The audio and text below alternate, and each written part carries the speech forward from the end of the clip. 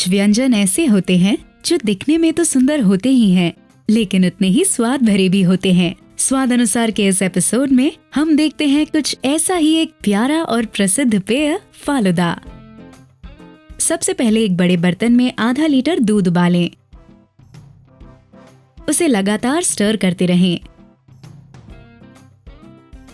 दूध जब उबल जाए उसमें थोड़ी सी शक्कर डालें और दूध को और 3 से 4 मिनटों तक उबालें।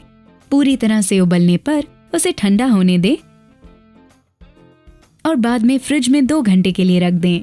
दूध जब अच्छी तरह से ठंडा हो जाए उसमें डालें गुलाब का सिरप, अच्छी तरह से मिला लें।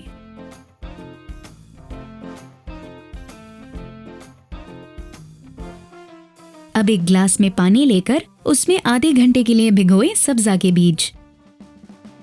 5 मिनटों के लिए उबली और बाद में ठंडी की गई फालूदा सेवइयां और स्ट्रॉबेरी जेली।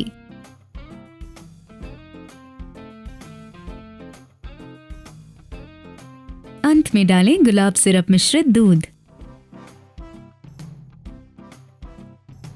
ऊपर वेनिला आइसक्रीम का एक स्कूप रखें। बादाम और पिस्तों से अच्छे से गार्निश करें और अपने मेहमानों को सर्व करके उन्हें खुश कर दें। और हाँ, स्वाद अनुसार को सब्सक्राइब करना ना भूलें।